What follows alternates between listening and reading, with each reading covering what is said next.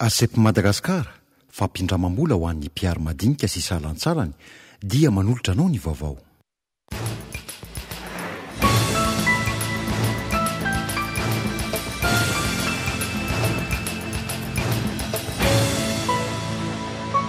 Mbola nitoy-andrano ny savorivory tsy hiverina amin'ny fivoriana raha toa ka tsy miverina amin'ny lalàna ny eo anivon'ny anteny mirapirenena ny avy amin'ny PMP. Anisan'izany ny fandaniana ny lalàna mifehy ny fitsipika anatiny. Tsy mametraka olana amin'izay olona ho tendren'ny filoham-pirenena ho praiminisitra ny vondrona Eoropeanina. Fepetra takiany vondrona Eoropeanina eo amin'ny fampiantonany sazy azon'i Madagasikara ny fijoroan'ny governemanta mba ahafahana mametraka ny fandaranasa mazava sy matotra. Vovoka, poti-taratasy sy potin-javatra hafa samby loto hita ao anaty fiara fitateram-bahoaka eto andrenivohitra avokoa izany. Tsy voahaja intsony ny fahadiovana na eo amin'ny ireo mpandeha manary fako anaty fiara na ireo mpamily sy ny mpanampy azy amin'ny fahadiovan'ny vatana sy ny fitafiana. Fonjamby lanja 2.20 kilao no bataina amin'ny taolan-damosina raha ny teratany Amerikana sy ny Afrikana no malaza fa matanjaka isan'ny kely vatana ny teratany Sinoa amin'ny ankapobeny. Izy ireo kosa nefa ny mahavita izany.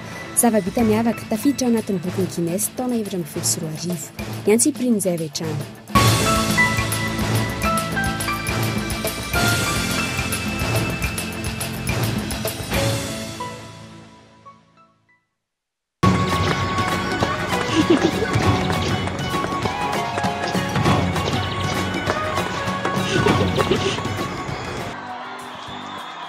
Tanàna madio ny tanitsika toko lasy toko vavy. Ny toky fitaka fa ny atao no hita. Mila teti-bola sy pakady mifanitsy amin'ny filanimponina ny sehitry ny rano sy ny fanadiovana. Raha fanjakana mavoty manao asa soa.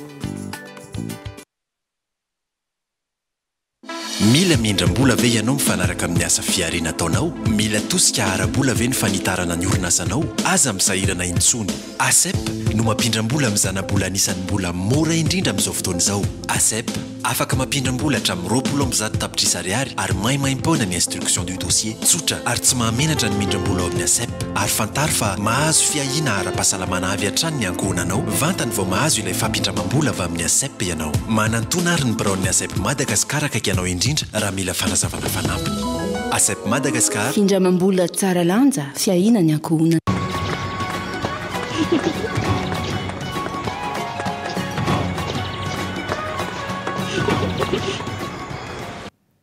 Ankasitrahany ianao mampandroso ny Cool TV ao an-tokantranonao amin'izao hariva izao. Manasanao ampanajana indray ary anaraka ny vaovao hatramin'ny farany. Ny lafiny politika avy hatrany no anomboantsika ny vaovao mbola mitohy. Ny savorivory tetsy amin'ny lapan'ny anteny merapirenena androany tsy hiverina anohy ny fivoriana. Ny avy amin'ny PMP raha ny fanazavan'izy ireo. Raha toa ka tsy miverina amin'ny fanarahan-dalàna ny solombavam-bahoaka rehetra. Anisan'izany tsy fanarahan-dalàna no lazain'izy ireo izany moa ny fandaniana ny lalàna mifehy ny fitsipika anatiny. Nisy ny fiakaram-peo teny antoerana tamin'ireo solombavam-bahoaka rotonta. Ito vorakotondravony no nanao ny fanajejiana teny antoerana. Taorin'ny fiantsonanarina dia fandroso tamin'ny famakina ny volavolan-dalàna anatiny feh ny fananganana vondrona parlementera ny mpitarika izay solotena ny filohan'ny antenimera Ramatoa Kristina Razamasoa izay tsy teny antoerana ny maraina teo. Tsy nanaiky izany anefa ny avy amin'ny PMP ary nilaza fa mbola tsy ampelantanan'izy ireo ny volavolan-dalàna mifehy ny fitsipika anatiny. Parlementera raha ny fahafantarana azy dia mivoaka ny programan'asan'ny gouvernemanta zay vao azo atsangana io dia eo no ahafantarana hoe iza ny groupe parlementaire miaraka amin'ny fitondrana iza ny mpanolotra. Noho zany monsieur le président tsy afaka ny hiaraka hiantoky izahay ny tsy fanajatsika ny lalàna noho izay dia manambary izay fa Iroso ny voaka nefitrano indray taorin'izay ireo solombavam-bahoaka avy amin'ny PMP rehefa tsy nahazo fahafaham-po. Ny kesitera voalohany avy amin'ny mampara no nifanehatra tamin'ny mpitarika ny PMP teo ampivoana ny efitrano. Raha te hanohy tsika dia tokony maka session spéciale vaovao sy extraordinaire dia manohy an'io zavatra atao io fa tsara fanteneniny tamin'ny voalohany koa izay koa ny lazainareo tamin'ny voalohany dia hoe tokony hanao adoption na règlement intérieur atsika dia zany namaly tamin'izay dia hoe zany namaly tamin'izay dia hoe mbola tsy fatao zany hoa satria voalohany tsy anaty ordre du jour vita amin'ny vice-président angatsy izay no ataotsika zao groupe parlementaire mbola tsy fantatra hoe izy anao opposition ve de fronina sady koa le groupe parlementaire tsy mety tika groupe parlementaire formation formé nano commission zay natao de jour tsika normal zao tsy formé commission hatramin'izao président fotsiny elomaly zany formation commission zany hoe président vice président rapporteur adjoint et les membres en commission ty zao efa miditra am'le tapitra session antsika aloha am'ty rehefa vita formation commission tsy vitan'izay nefa fa mbola niverina ihany koa ny resaka fividianana komisionna omaly izay nampiakapeo ireo solom-bavambahoaka avy amin'ny PMP manoloana ny solontenany mapara efa zay nolazaina nanomboky tamin'ny voalohany teo tsy ara-dalàna les commissions omaly ny antony anareo tsy mahatratra quorum akory ao ary zay zany nareo mpanao gazety zay zao nivoaka ny PMP mba midirao agnatin'ny salle fa 55 manino toizana ny fiboriana aloha omaly 75 tsy mariny zany anareo tsy mampisikakena raha ny fanazavana izay noentiny maître Ianitra Razafy Manantsoa dia ny lalàna anatiny ihany izay iadian-kevitra no ahafahana mifampifeh eo anivo ny androm-panjakana noho izany mitaky io lalàna io ny PMP ity farany ihany koa no iadian-kevitra ka ahafahana mandrososo-kevitra amin'ny famerenana ny fifidianana izay efa natao teo anivo ny antenimera-pirenena ka miverina foana zany izahay hoe ny fifidianana règlement intérieur fitsipika anatiny aloha no mife ny famerenana zay fifidianana rehetrarehetra ho atao eo na zany na tsy dany ary efa fanao hatramin'izay ao anatin'ny règlement intérieur hatramin'izay zay azo raisina amin'izay règlement intérieur fitsipika anatiny olanina amin'ny député rehetrarehetra reo ny fanao hatramin'izay dia hoe afaka manao destitution ny bureau permanent rehefa misy fahadisoana lehibe ary misy isa tratrarina amin'izay dia ndroany roapatelo ny mpikambana ho an'ny mapara dia filana voatsiary ny an'ny PMP tokony isy aloha ny fifampiresahana vao mivoaka ny efitrano izy ireo io candidat io nitohana anay fa izy no angamba no mitsipaka anay fa mahita zava-olona hafa hanohana azy zay tsy fantatsay fa zahay nanohana an'io dia hatram'izao zahay mbola anay io fa nandaninay vola nandaninay fotoana lany ve izy zahay no hitsipaka azy fa izy no mitsipaka anay izy no anao dissolution ty assemblée nationale ty avilao ho azy zay marina fa nisy tamin'ireo avy amin'ny GPS no tonga saina ka nangataka ihany koa ny fivoan'ny mpikambana anatiny vondrona saingy tsy nisy nanaraka ity farany lamina ve ny conscience-tsika amin'ny fizotrany reny rehetrarehetra reny ary mba efa nieritreretintsika ve mety conséquence nyty zavatra tia na au niveau-ny azitsika assemblée na au niveau-ny tsika au niveau-ny mapara sy GPS mialatsika ny tenan'izay za au niveau-ny firenena malagasy rehetrarehetra mihitsy mialatsiny zany tenan'izay eto fa mangataka zay monsieur le président suspension ho an'ny GPS ivoaka kely zay andinika mikasika ny tiraharaty monsieur le président azafady indrindra taorin'ny fananganan-tanana nataon'ireo solom-bavambahoaka avy amin'ny mapara sy ny GPS dia raikitra fa ho tanterana ny fandaniana ny lalàna mife ny fananganana ny vondrona parlementaire fa eny anivon'ny fiajijianan'ny repoblika kosa indray dia fantatra tamin'ity androany ity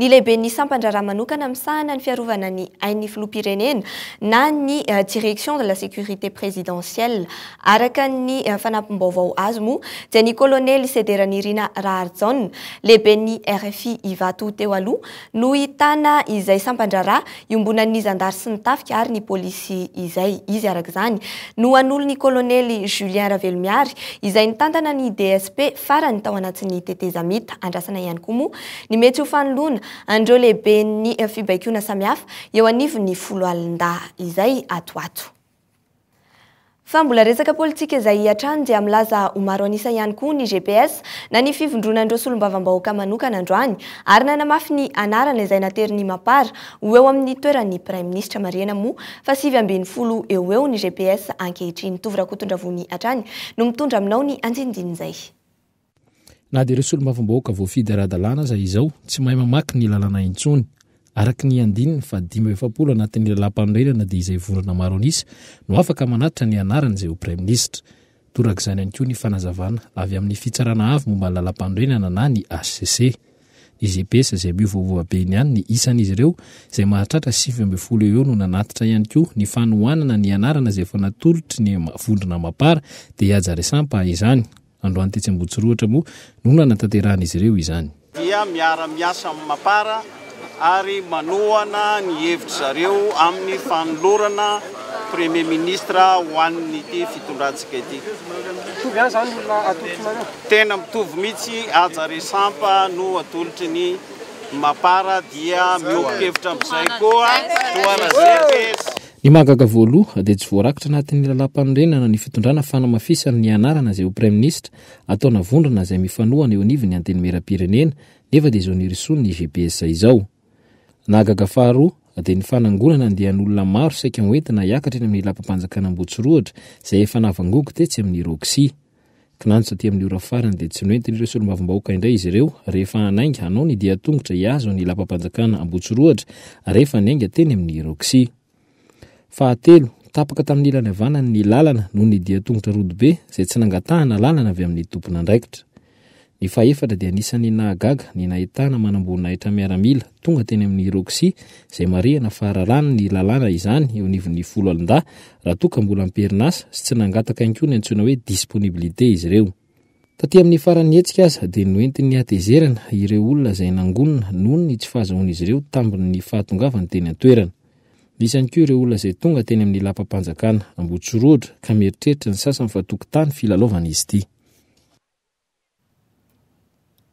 Fa mbola mikasika izay fanendrena sy fanolorana Prime Ministre izay hatrany dia tsy tokony hijery filonan-kevitra politika ny filoham-pirenena manoloana ny fanendrena ny Prime Ministre fa ny fahaiza-manao no tokony ataony lahara-pahamena ho ny Prime Ministre lehiben'ny gouvernemanta Omer Berziky androany momba ny fanendrena izay anjimby azy eny mahazo arivo eny ny Prime Ministre moa izay nilaza ny heviny manoloana ny fitarazoan'ny raharaha politika ankehitriny.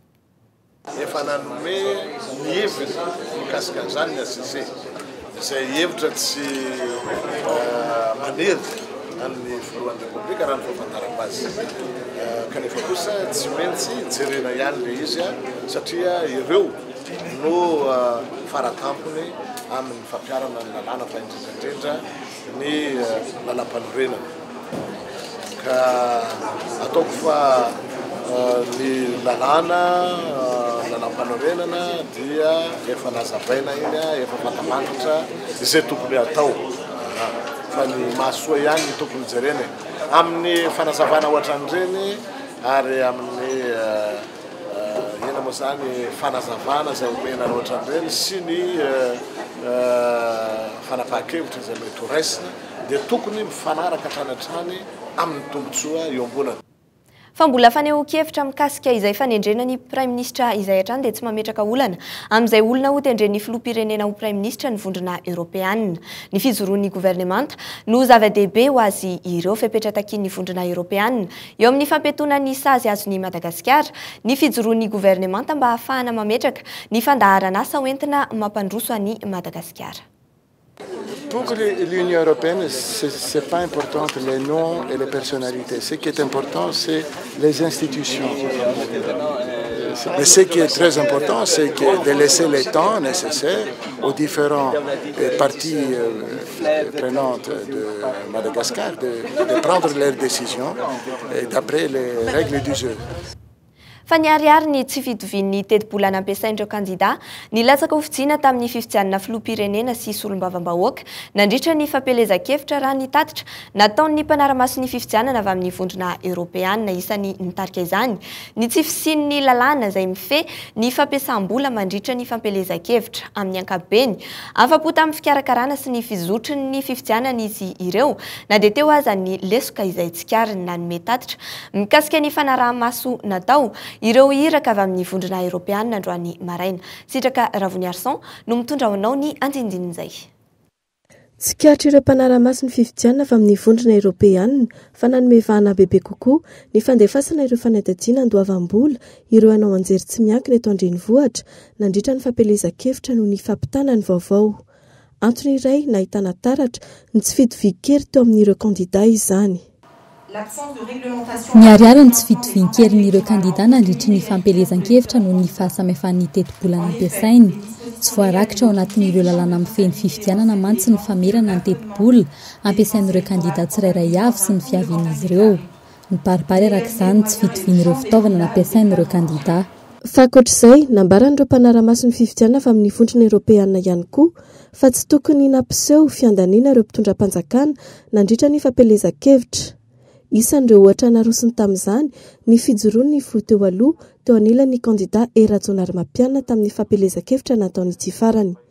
Raha mikasika ny fikarakarana ireo fifidianana izay mbola ho tanterahana kosa indray, sosi-kevitra naroson'ireo iraka manokana avy amin'ny vondrona eropeanina ny fampitomboana n'isan'ireo biro-pifidianana.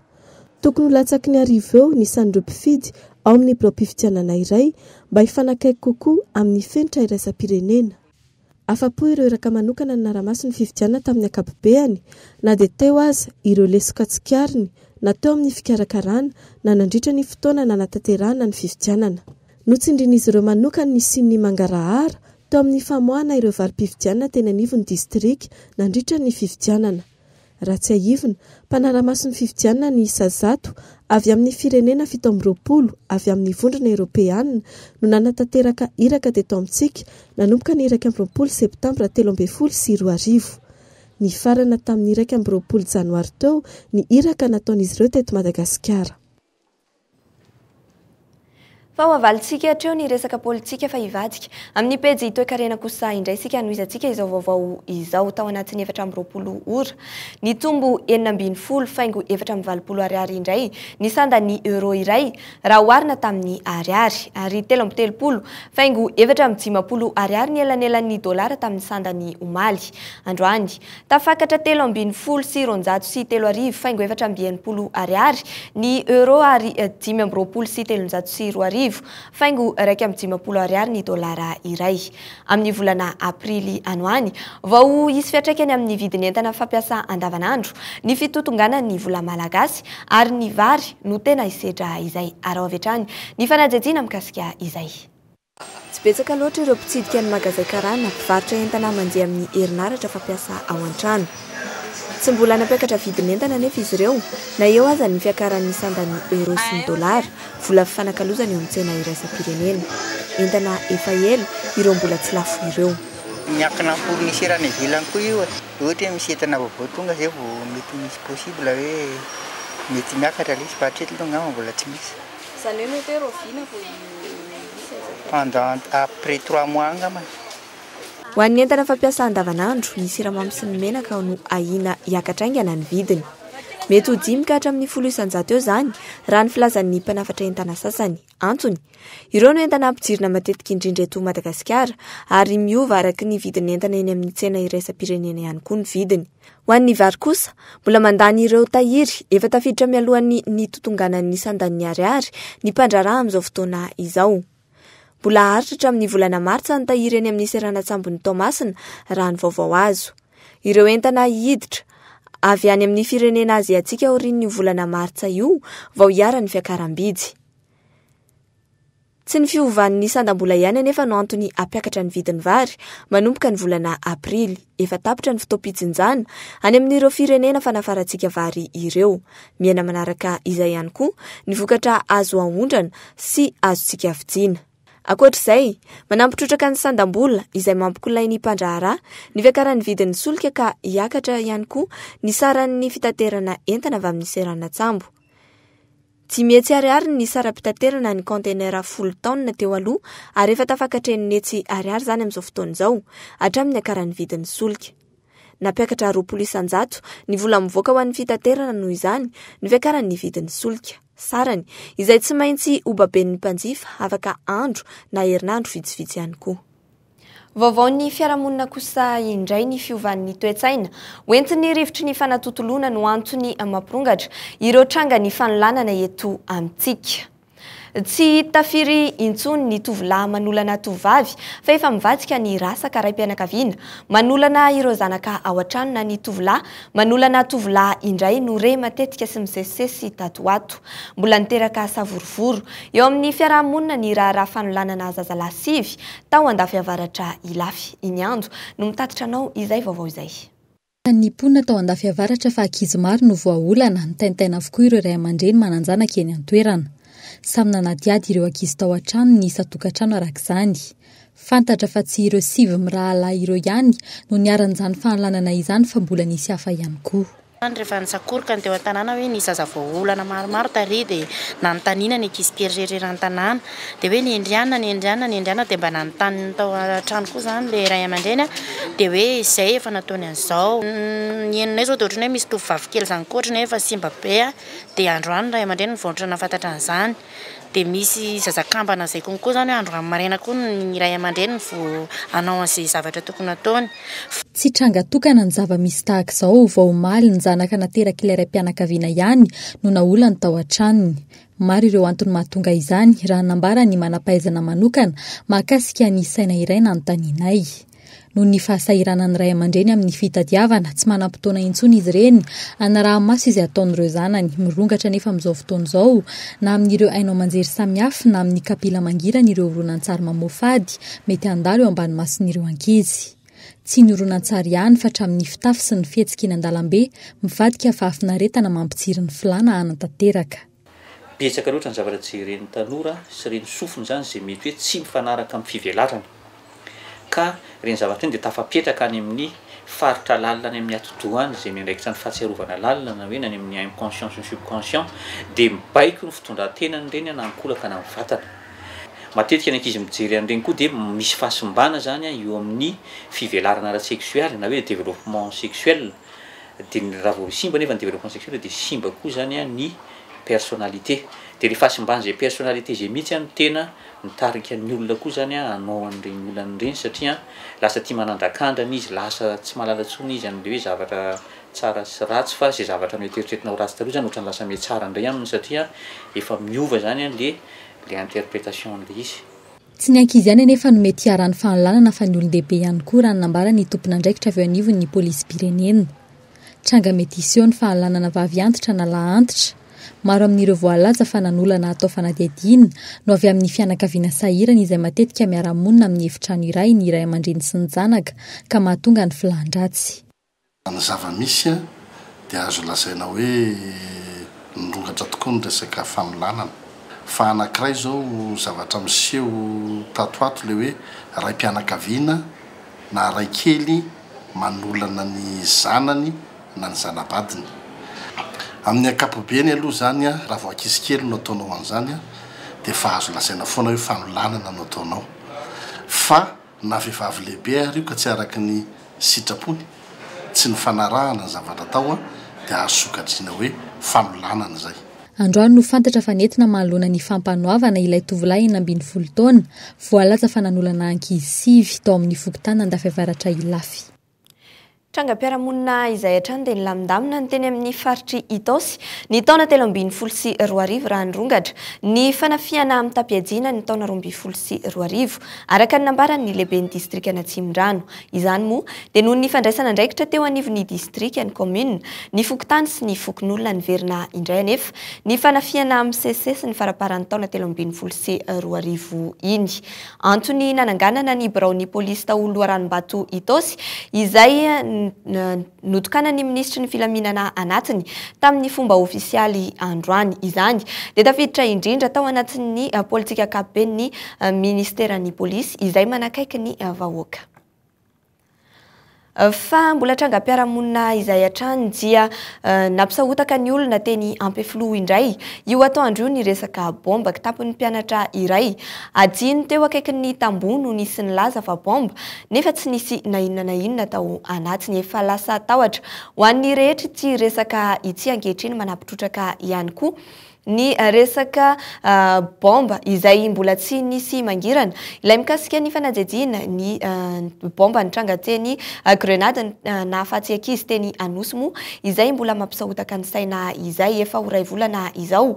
Maro no mihevitra ankehitriny fa misy lesoka goavana eo anivon'ny mpitandro ny filaminana ka mahatonga ny raha ity ho tsy misy toyny amin'izao ary efa maro ihany koa moa ny hevitra fa vitavita foana ity resaka bomba ity amin'izao fotoana izao. fa pejy ny toetrandro kosa indray dia miamana lavitra ny nosy ilay andiandraona matevina nitondra rotsakorana na ny ZCIT any avaratry ny nosy iny tsara arak'izany ny andro ary iverina amin'ny voninandro fahavaratra indray ho Antananarivo manokana afana ny andro amin'ny ankapobeny ary mety arahina orana ny tolakandro fanampanazavana no arahintsika.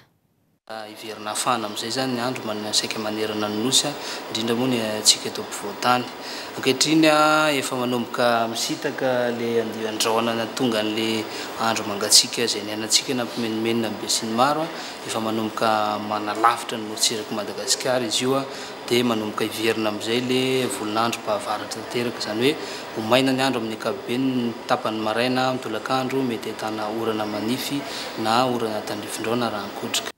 Fa ivadika eo amin'ny pejy ny fanatanjahantena kosa indray isika anamafy sy hitondra hainga avao ho an'ny fotodrafitrasa eto Madagasikara eo amin'ny taranja golf i David Johnson izay iraka manokana avy amin'ny federasiona iraisam-pirenena ijery ifotondreo kianjan'ny golf eto amintsika. Ao anarinan'izay moa dia hanao tatitra eny anivon'ny federasiona iraisam-pirenena i David Johnson naharitra 9 andro ny diany eto Madagasikara. Marjon no mitatitra ny andindin'izay. Tonga eto Madagasikara i David Johnson andrareziny golfa eran-tany ary hitondra ny paikady rehetra amin'ny fotodrafitrasa sy ny fanatsarana izany izy eto Madagasikara ary hijery akaiky ihany koa ireo fotodrafitrasa efa misy raha ny fanazavany dia ny amelatra bebe koa izay tontolo ny golf ao ariny izao diany eto Madagasikara izao dia anao nitatitra ihany koa izy amin'ny fahefatry ny volana martsa ho avy izao amin'ny fanampiana any Madagasikara eo amin'ny sehatry ny golf.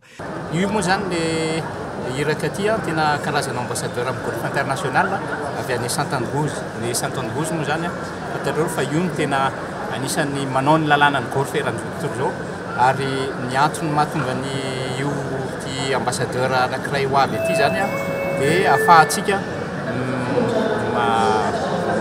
développer ny golf eto Madagasikara.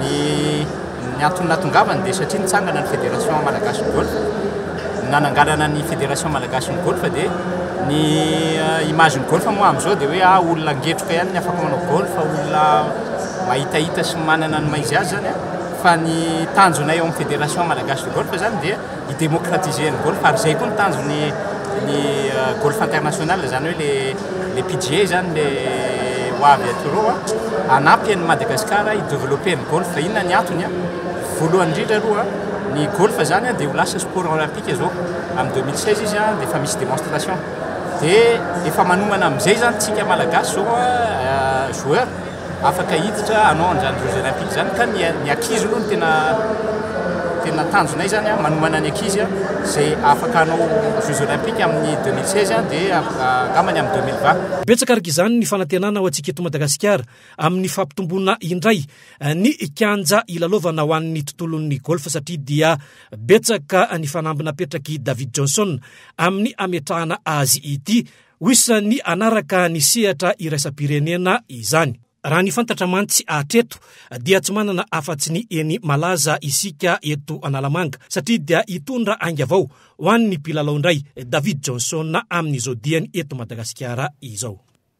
Fa mahatratratra any amin'ny 9 isanjato ny tany fahaloton'ny rivotra ao anatin'ny tonelina Ambozatovo sy etsy Ambohida raha ny fikarohana nataon'ny Sinel. Fifamezivezeny ireo mponina eto Andrenivohitra nefa ireo toerana ireo. Vokatry ny fahaloton'ny rivotra eto Antananarivo manana olana amin'ny taovam-pisefona avokoa ny 10 isanjaton'ireo marary mandalo eny amin'ny toeram-pitsaboana iray eto Andrenivohitra. Sitrakaravony Arson. Ny entona voakan'ny fako ny tena miteraka voka-dratsy ho an'ny fahasalamana raha ny eto Andrenivohitra. Raha ny fikarohana nataon'ny Sinel, isan'ireo singa hita ao anatin'ny rivotra eto Antananarivo ny metanina. Singa izay mahiry avy 20 eny noho ny entona karbonika. Ao amin'ny tonelina Ambozatovo no ahitana tahany fahaloton'ny rivotra ambony indrindra noho ny fivezivezen'ny fiara ao amin'ny toerana io. Mahatratratra any amin'ny 9 isanjato izany taha izany ao amin'ny tonelina raha nambaran'ny ministera ny tontolo iainana. Noho izay fahaloton'ny tontolo iainana eto Andrenivohitra izay, ny tombo avy 3 eny ireo olona manana olana ao amin'ny tovam-pisefona. Ho an'ny eto amin'ny toeram-pitsaboana ity, saika aretiny avokoa no mahazo ny akamaroan'ireo marary. Zavatra tena fohita matetika am'izao zany a dia ny affection respiratoire zany hoe eo amin'ny lalan'ny rivotra rehetra zany anisan'izany ny rinite chronique no tenena tsy ambambanina fa raha amin'ny marary folo anatindray andro a tsy latsaky ny enina saika rinite daholo no atongavany resaka ohatrany hoe sery no fitentsika gasy azy fa en fait raha ny tena anarany zany rinite le izy. Na dia azo lazaina fa maloto aza ny rivotra ianan'Impony eto Andrenivohitra, mbola tsy mitovy amin'ny any ivelany. Misy ny fepetra azo raisina anadiovana ny rivotra iainana ao an-tokantrano. Ny vahaolana aloha dia ny fanalana ny vovoka rehetra ao an-trano. Ny varavarakely isa-maraina tsy maintsy misokatra be foana, ny varavarakely rehetra. Mampiditra rivotra madio zany autant que possible. Satria le faharoton'le rivotra ny mahatonga le izy. Torohevitra azo raisina ihany zany fa tsy mahafoana tanteraka ny fahalotony tontolo iainana eto Andrenivohitra. Velaran-tany mirefatra any amin'ny 7 hektara any no tokony volena eto Antananarivo vao adio ny tontolo iainana. Isa izay lavitra ny zava-misy ankehitriny manoloana remblayage izay natomboko ny filoha teo aloha Marika Ravalomanana ary vao maika ny anahazo vahana nandritra ny teteza mita raha tsy resaka afa-tsy ireo toerana maitso maro sy onaona tokony ho zone tampon nefa efa voatotitra avokoa ankehitriny. Vovoka, pody taratasy sy pody zavatra hafa samy loto hita any anaty fiara fitateram-bahoaka eto Andrenivohitra avokoa izany rehetra izany.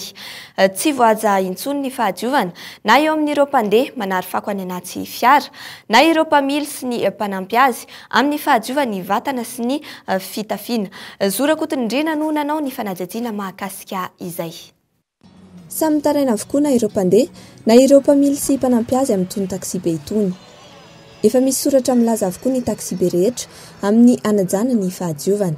Tsy misy voatandrina nefa izany. Maro amin'ireo mpandeha no tsy misalasala manary fako na fonjavatra ny anaty fiara. Misy ohatra amin'ny voretra dia tenenina dia misy beloha be. Dia nefa ilay olona rehefa tenenina dia beloha be. Dia ianao zany raha mitenen'ilay olona dia tezitra ilay olona. Na midina izy na tezitra be. Izay foana ny fikan'ilay olona rehefa voayanjera. Efa tratra aloha zaho, efa tratra indroa ny tratra amin'izay. Ny mpandeha zany tsy manaja amin'ny fahadiovana mihitsy ao fa tsy manao tsenitsenina ny tôbily izy.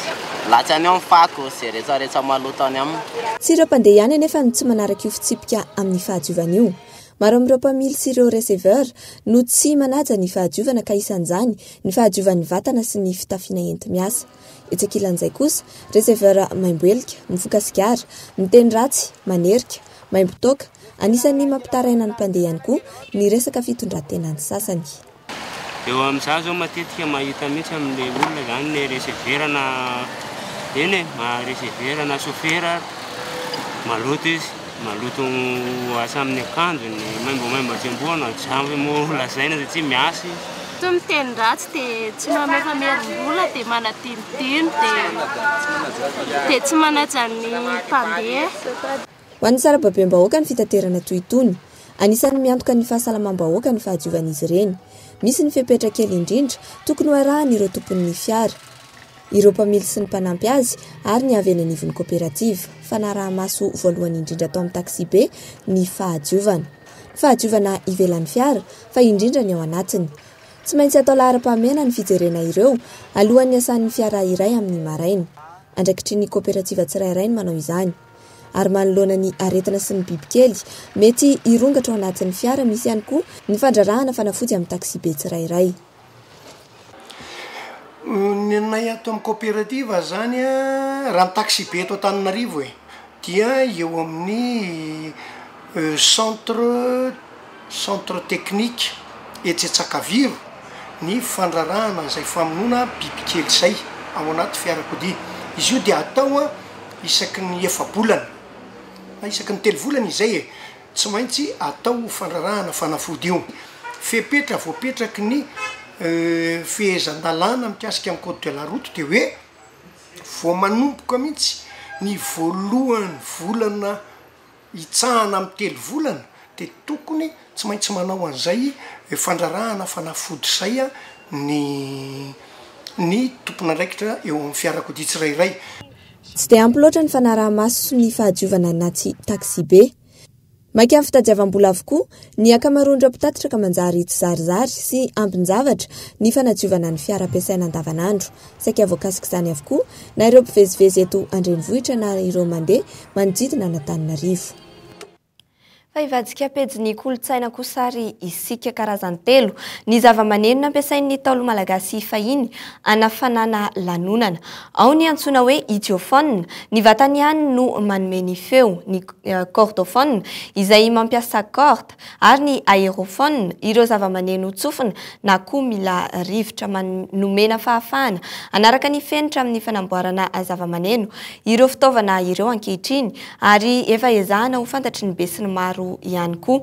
Manomboka ny sabotsy lasa teo ary tsy farana ratsy ny zoma fa 7 ny volana martsa ho avy izao ny fampiratsiana ireo zava-maneno malagasy nentim-paharazana ireo etsy amin'ny IKM Atsahavola fanampanazavana ary. Fampiratiana zava-maneno nentim-paharazana izay voka-pikarohana nataon'ny Andriamatoa Rajerisson Jean Bernard Pascal na antsoina ihany koa hoe rapasy. Ireo zava-maneno ireo dia voka-pikarohana izay nomena fahefana manokana mba hanaraka ny fenitra amin'ny fanamboarana zava-maneno.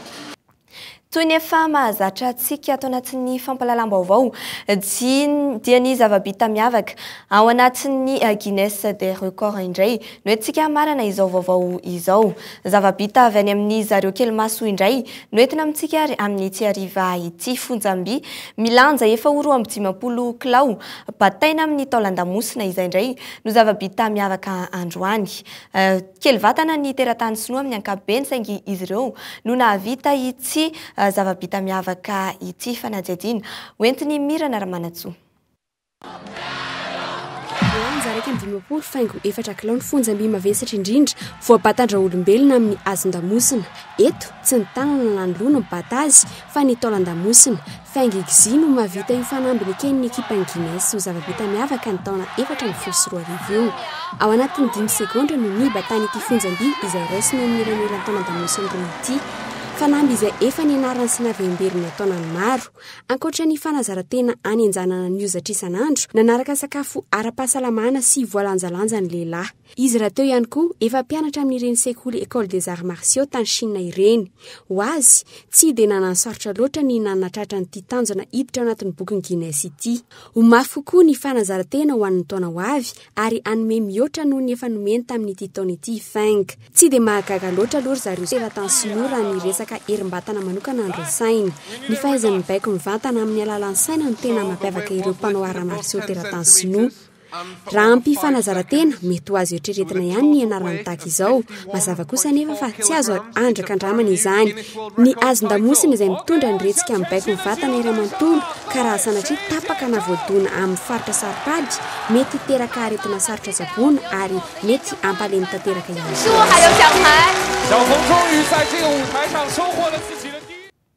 Dia ny fanajadiana indray no etiko mametraka ny veloma ho anao ho amin'ny raha ampitso indray mbola mitoy hatrany ny fandaharana eto amin'ny Cool TV.